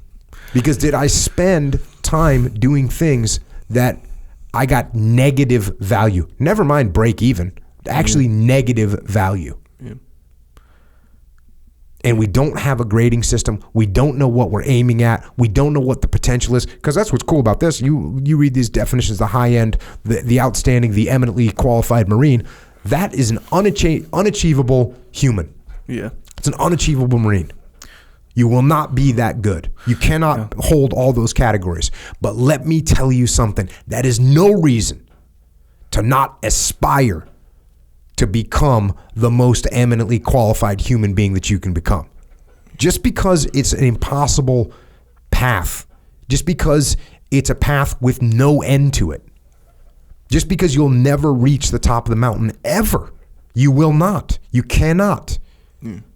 Guess what? That is no reason to stop. Guess what? Jiu-jitsu, you're going to get tapped out. There's always going to be someone that can tap you out. Always. 100% of the time. The best guys in the world get tapped out. Yeah. The best guys in the world get tapped out. Buchecha, Roger Gracie. Buchecha is the best guy in the world. What happens?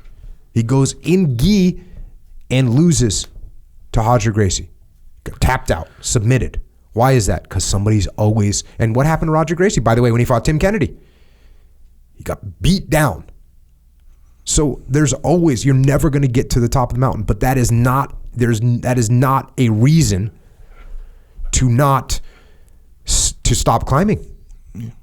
Just because you're not going to reach the top of the mountain doesn't mean you stop climbing. No. Actually, you climb harder. You see where you can get. But if you don't know what you're climbing, if you don't understand the mountain, if you can't see the summit, you don't know where to climb. And then you just look around and go, well, I might as well just slide down. Because it takes physical and mental exertion to move up the mountain. And if I don't even know where the top is, I can't tell where I am. I can't tell if I'm halfway up the mountain, a quarter way up the mountain. I can't tell if I'm close to the top, bottom of the top. I can't tell. Yeah. So there's enough reason for me just to sit around and do nothing. Break out the donuts. No donuts. Okay, so the way you started this was with your Navy experience as far as evaluations go, and okay, so this is essentially what it kind of translated to me. What it was in the Navy, the one that you were talking about was like everyone expected to get the perfect score. That's right, and that was sort of the standard. Yep. And then in the Marine Corps one, it's kind of the opposite. Well, no, the Navy one started off when I first got in the Navy. Basically, everyone was a 4.0 and everything. That's what I mean. Then they changed it because you needed to force rank, and I don't know when the Marine Corps or if they made that change, but they did, because that's the way it is now. They're force ranked for sure. Yeah. Okay. So the point is just the two different standards, like common like standards, right? Where because you get this in other places too, where it's like, oh, it's here's your quarterly evaluation, and I just put force, because I don't have any complaints about you, kind of thing. Right. It doesn't necessarily reflect how dope you really are. It's just I don't have any, how dope you could be. Yes, exactly right. So it's just more of like, okay, so the ceiling is pretty low, is what it is, by like a common like perception as far as the standard goes. Then you have the opposite, where it's like, oh, we all know no one's going to get a 5. Like we all just know that. So we're just kind of doing the best we can, kind of thing. And in that way is better for obvious reasons. But at the end of the day, it's like when you say, oh yeah, you can literally be like, you're topping out. Because as you get better and better, it's harder to get better and better. Yes. Yes. So but you won't even get to those upper levels if that ceiling was so low and you're ripping 4s all day or all year or whatever. Sure. So man, I used to play this game, Super Mario Brothers. You ever heard of that? Super Mario I have Brothers. Heard of it, but I've never. There's many I versions. don't think I've ever played one single second of that particular video game. All right. Dang, bro. Okay. I played Halo one time for about 3 minutes with some of the guys that was in my SEAL platoon. Yeah. And then I think was after. Yeah. Thought it was they were really good at it. They murdered me a bunch of different ways. Yeah. And then I said, well, this is stupid. It's a video game. I don't care who wants to go grapple. Yeah. Well, that part is I would say that's true, but the point still is consistent. So Super Mario Brothers, it's okay. So it's Super Mario. There's a bunch of Mario Brothers. This one is super. This one is called Super Mario Brothers from the original Nintendo Entertainment System. I want to say 1984, if I'm not mistaken. Oh, dang. Old school. So Super Mario Brothers had 8 worlds, 4 levels each world, so 32 levels. And you have an opportunity at various points in some levels to hit the warp, like the warp zone. So you go down a pipe and it skips like all these levels, right? So you could essentially get through the game in maybe like, I don't know, 6 or 8 levels. Okay. If you warped, right? But if you chose not to warp, you would have to go through all 32 levels. So I used to be able to go through all 32 levels, never dying one single time. Like I got really, really good at that. For those of you that are just listening and not seeing this on video, Echo looks super proud of that last statement. I mean, I was a little bit embarrassed for him, but it's cool. Anyway. Okay, 32 levels, never dying. Super Mario Brothers. Here's why that's significant, though, as far as Super Mario Brothers goes. Because you can easily pass the game, save the princess, by just warping. And it's still real hard, but you only go through a few levels compared to if you go through all the levels voluntarily. Right? So once you save the princess by warping, it's like, cool, now you got to go through all the levels. But if you can do that without dying, that's super high level, right? As far as Super Mario Brothers goes. So it's basically what's your point? So go back to the 2 standards. This is hurting me. Go back to the 2 standards. If you go for the standards, like, oh yeah, everyone gets a kind of a 4.0 kind of thing. That's like passing the game by warping.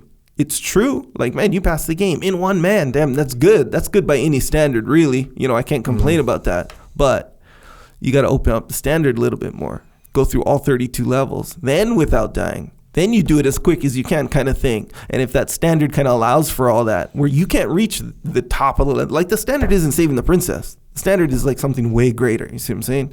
So it allows you to get better and be evaluated on that elevation, while still not like capping out at a certain level. You see what I'm saying?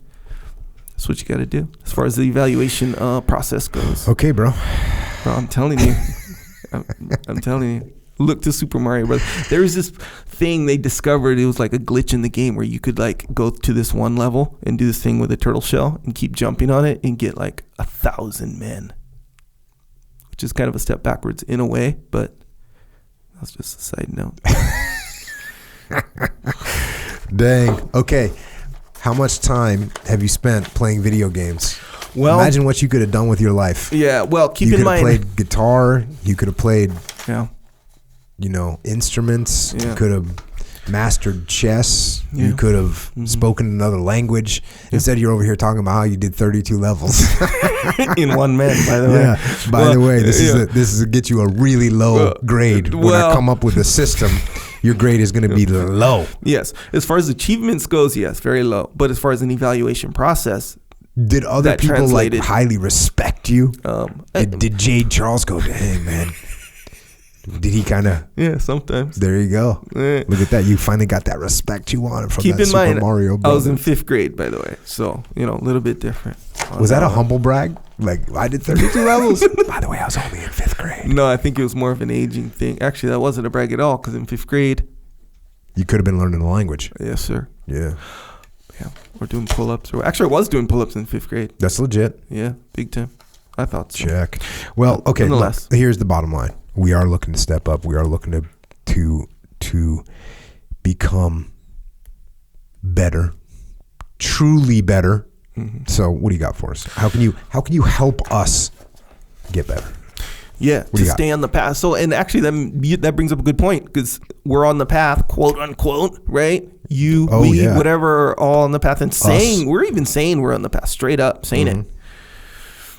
But like, what is the path though? I mean, sure, there's some things. Yeah. We can go through it. Jiu-jitsu, of course, is part of it, but you don't have an evaluation kind of standard, is what you say. So yeah, I think that'll be how. Actually, I'm really looking forward to it. Yeah. To be honest with you. Yeah. Nonetheless, jiu-jitsu, yes, that's on the path. So this will help us prep then, at the very least, prepare to be officially on the path and be evaluated at the same time. Get a gi. Yeah. Right. Step 1, get a gi. Step 1B, get a rash guard. So where do we get our gis? We get our gis from Origin, originmain.com. Best gis in the world, factually. Actually, the new Rift is out. Yes, That's out, right? It is Rift out. It is live. This is like when you put a Rift gi on and then go back to your old gi. Yeah, like I said this before. It's a game. It's a non-starter. You're going to be mad at your old gi. You're going to betray your old gi. You're going to wonder why anyone ever made a gi like they used to make them. Yeah. But then again, then if you choose, you can revisit or you can visit that video that Pete put out about like, how it's made and like all this stuff. It's like, oh, okay, that's why they didn't make it, because what they went through to make it. Yeah. Not everyone's willing to do that. And as usual, we are standing on the shoulders of giants, because you always look at the way things have evolved and you have to take those iterative steps. No one just thinks of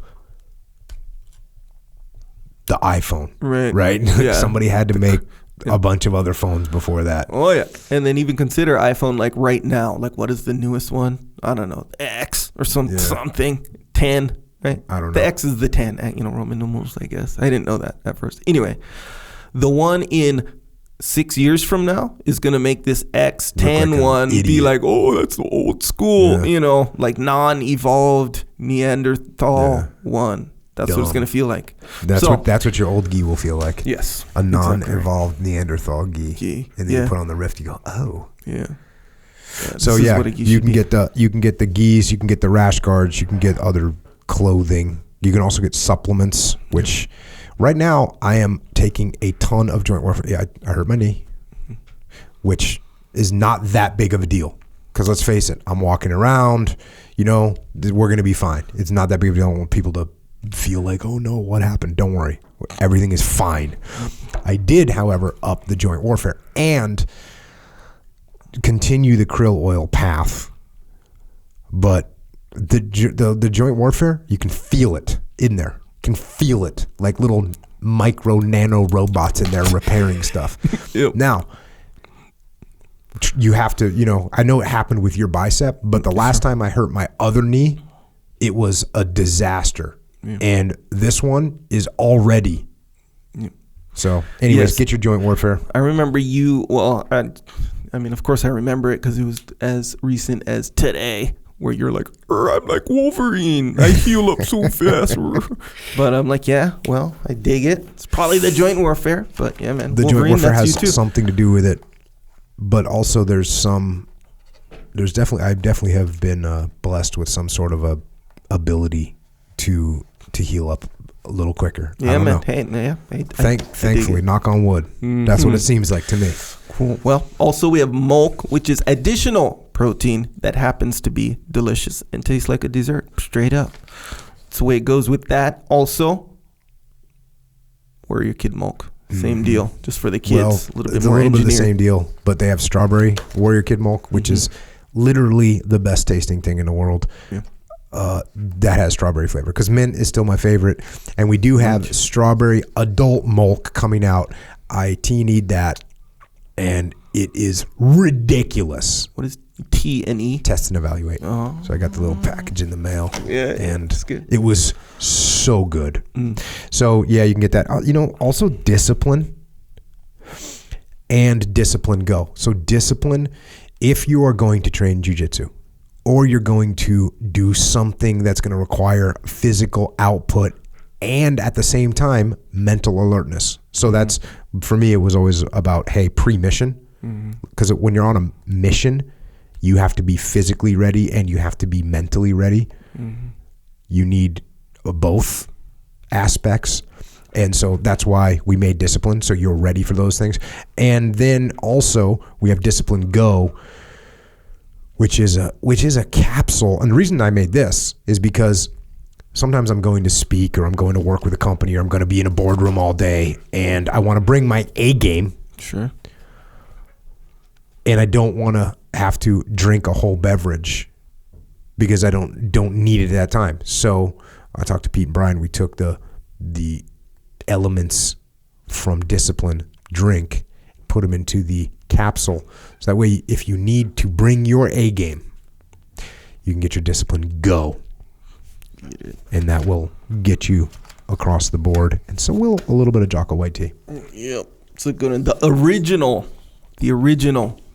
tea that Jocko was into. Yeah. Which is kind of a, white tea. It's, at first, but now it's sort of a staple. It's like synonymous, Jocko white tea. Yeah, it's synonymous with good taste. It's synonymous with 8,000-pound deadlift. Yep. So there's that. Big time. Also, the tea is available at Jocko store. Because, yes, Jocko has a store, which we already know. But that's a good place to visit, to stay in the game, to represent while you're in the game. So if you want T-shirts, we got some lightweight hoodies, rocking and rolling. Mm-hmm. A lot of good evaluations on that one. No comment. Yeah, because you haven't put one on yet. Because you haven't given me one. A lot. Well, let's face it, you kind of deserve that one. And it's also changing minds of people who originally weren't really signed on to the lightweight. Mr. Special Forces over here. I like it. PsyOps. I'm telling you know what? Hey, truth be told, they came out really good. Just even the fit, the design. Is this the one that Dave had on the other night? Yes, sir, it is. One of them. There's two. There's two. Okay. That's right. There's two. You can get truckers' hats. Yep, patches on there. Yeah, a bunch of other stuff. Yeah, a bunch of cool stuff. Yeah, if you want, jockostore.com, if you want to represent while you're on the path, while you're being evaluated, that might even be one of the evaluation scenarios. What? Your uniform. Come on. Anyway. Yeah, I guess if someone's just a complete slob, then maybe they do need to step it up. Maybe. Okay, maybe uniform will be judged, but I doubt it. Well, okay. Well, don't be wearing a stinky gi though. Oh yeah, no. That's a uniform violation, big time. Yes, sir. Oh, you didn't want to wash your gi, so now we all have to suffer. Yeah. Yeah, you're gonna get punished. Don't do that. Hey, the rift gi, the cool thing, you can wash with your normal clothes. Yeah. Because it'll dry. It's not like when you put a regular gi in and it's like you threw a 40-pound weight in your washing machine. Yeah, because it all bunches up on one side. Yeah. And it takes 9 hours to dry. Not the Rift. The Rift dries with your normal quick dry t-shirts just about. Yeah. Did you see the video Pete had when he's going into the fibers? He takes one fiber and he's breaking it, and it's hard to break. He puts the two, and you can't even break it. The whole gi is that. Yeah. Yeah, it's good, man. Real good. Also, subscribe to the podcast if you haven't already. That is, for lack of a better term, it's important. It's something. It's not nothing to subscribe versus if you didn't subscribe. Yeah, don't forget about also the Warrior Kid podcast. So this is one where your kids can actually be educated. This is quality time with your kids. You sit there and listen to Warrior Kid podcast instead of driving your car and you're playing some lame music for them, or you're having them listen to some dumb podcast. No, sure. Have them listen to Warrior Kid podcast. They're going to learn from it. You're going to learn from it.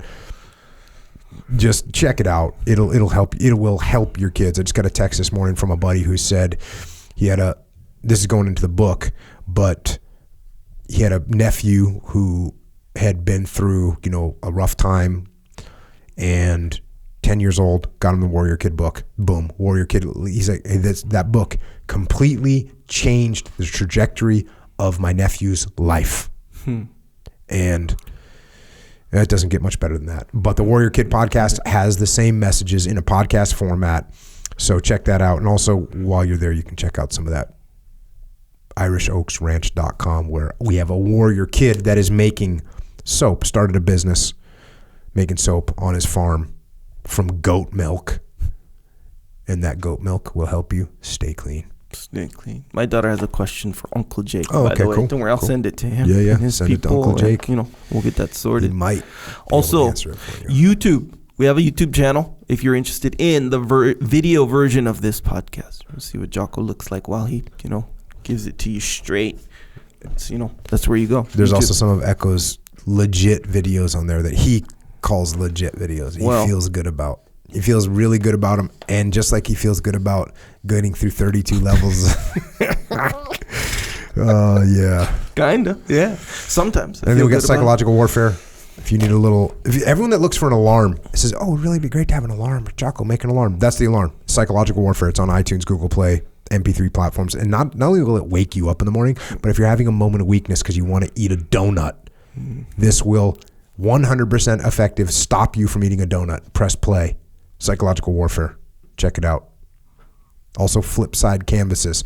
My brother Dakota Meyer, you heard him on this podcast, number 115. If you haven't listened to that podcast, just go listen to it. Give yourself about 4 hours because it's long and it's heavy. But he's got a company where he's putting images onto various forms of canvas, of nylon, or what is it? Vinyl. And you can take these things, and that way, these are the kind of things you can put up in your house where you look at it and you get that little extra message to go get some. Or that all your excuses are lies. Or that things are good. Or that discipline equals freedom. So check it out, flipsidecanvas.com. Support my brother Dakota Meyer. Some really good stuff on there. Also, if you're looking to expand your workout horizons, go to onit.com/Jocko. They got some good workout gear on there. A lot of good info, a lot of good stuff on there overall. It's like to optimize your whole situation. But yeah, really good stuff on there. onit.com/Jocko. Some books. I just talked about Way of the Warrior Kid. That's one. That's book one. The next book, same series, called Mark's Mission.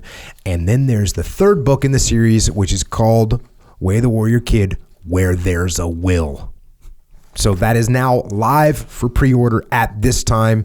If you want it, order it now. That way I can print enough copies for everyone. That's called the big pre-order that I used to make fun of my publisher. But guess who the publisher is now? Me. So I have to know how many to print. So if you want it, order it now. And it's going to come out May 28th. So there you go. Also, we have Mikey and the Dragons. This is a book to help kids figure out how to overcome fear. Sure, your kids could read some book, or you could read some book to your little kid that's about things that don't matter in the world. Or you could read them a book that helps them actually learn how to overcome their fears. That's Mikey and the Dragons. Great story. Awesome art. Very awesome art, yes. The Discipline Equals Freedom Field Manual. Give the gift of discipline. Yep. That's all there is to say. It's the book that's going to show people it's going to show people the path. If you want that on audio form, then that's not on Audible. It's on iTunes, Amazon Music, Google Play, and other MP3 platforms. Then you got Extreme Ownership, which I wrote with my brother Leif Babin, where we took the leadership lessons we learned on the battlefield and explain how those can be applied to your business and life. And one of those lessons in that book is called The Dichotomy of Leadership. The dichotomy of leadership seemed to be, as we continue to work with businesses, companies, leaders around the world, we found that the biggest problem that they had was balancing the dichotomy of leadership. And when you can't balance the dichotomy of leadership, the multiple dichotomies of leadership, when you can't balance them, they derail your whole team. So get Extreme Ownership and get yourself the dichotomy of leadership so that you can understand how to truly apply these things effectively. Echelon Front, that's my leadership consultancy, and what we do is solve problems through leadership. We have an outstanding team of outstanding guys: Leif Babin, JP Donnell, Dave Burke, Flynn Cochran, Mike Sorelli, Mike Baima, and now Jason Gardner. If you need help at your company with any problem, because every problem that you have in your business is a leadership problem, that's what we do. We solve problems through leadership. Echelonfront.com. We have the muster coming up. Chicago, 23rd and 24th. We haven't pulled the sold out switch yet, but we're going to. It's almost sold out. September 19th and 20th. That's May 23rd and 24th in Chicago. September 19th and 20th in Denver. And then December 4th and 5th in Sydney. ExtremeOwnership.com. If you want to register, do it quickly because all of them are going to sell out. EF Online. This is for those of you that can't make it to a muster, or you can't bring your whole company to a muster because it's expensive. That's why we made EF Online. This is online interactive leadership training. It's me and it's everyone on the Echelon Front team training leadership through technology. It's available direct to consumer. If you're just one person, you want to get in the game, or you got a company, you can get it through enterprise.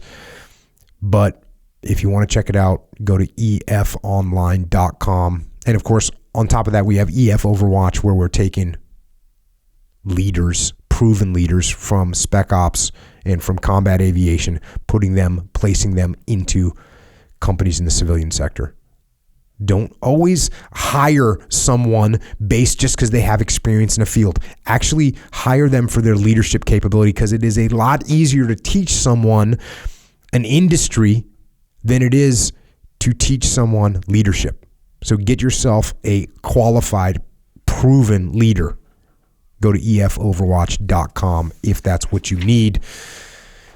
And if you want to hang out with us a little bit more, because you're just not satisfied with 500 hours of us on this podcast, well, then we are on the interwebs. We are on Twitter, we are on Instagram, and of course we are on that Facebook da boa. Echo is at Echo Charles, and I am at Jocko Willink. And thanks to all the people that make this podcast possible. And by that I mean not some big corporate sponsor. By that I mean our police, our military, our law enforcement, our firefighters, paramedics, EMTs, dispatchers, correctional officers, border patrol, and yes, Secret Service, all you first responders, all you in uniform, your service and your sacrifice. Allow us to live a life of liberty and the pursuit of happiness, which is what we're doing here. And everyone else out there, check yourself. Evaluate yourself honestly. Are you doing what you can do to be better? Are you working as hard as you can? And that just doesn't mean work as in your vocation or your job. Are you working to be a better father or mother or daughter or son? Are you maximizing opportunities? And again, not just professional opportunities, but opportunities to help someone, to teach someone, to coach someone, to make someone else better. Are you maximizing the opportunities to spend time with your family, to strengthen the relationships you have? Are you maximizing the opportunities to make the members of your family better? Are you every day doing everything you can to live the most eminently worthy life you can live? Ask yourself those questions. And when you realize that you fall short, that we all fall short, when you realize that, then get yourself on the path to correct those shortfalls by going out there and getting after it. And until next time, this is Echo and Jocko. Out.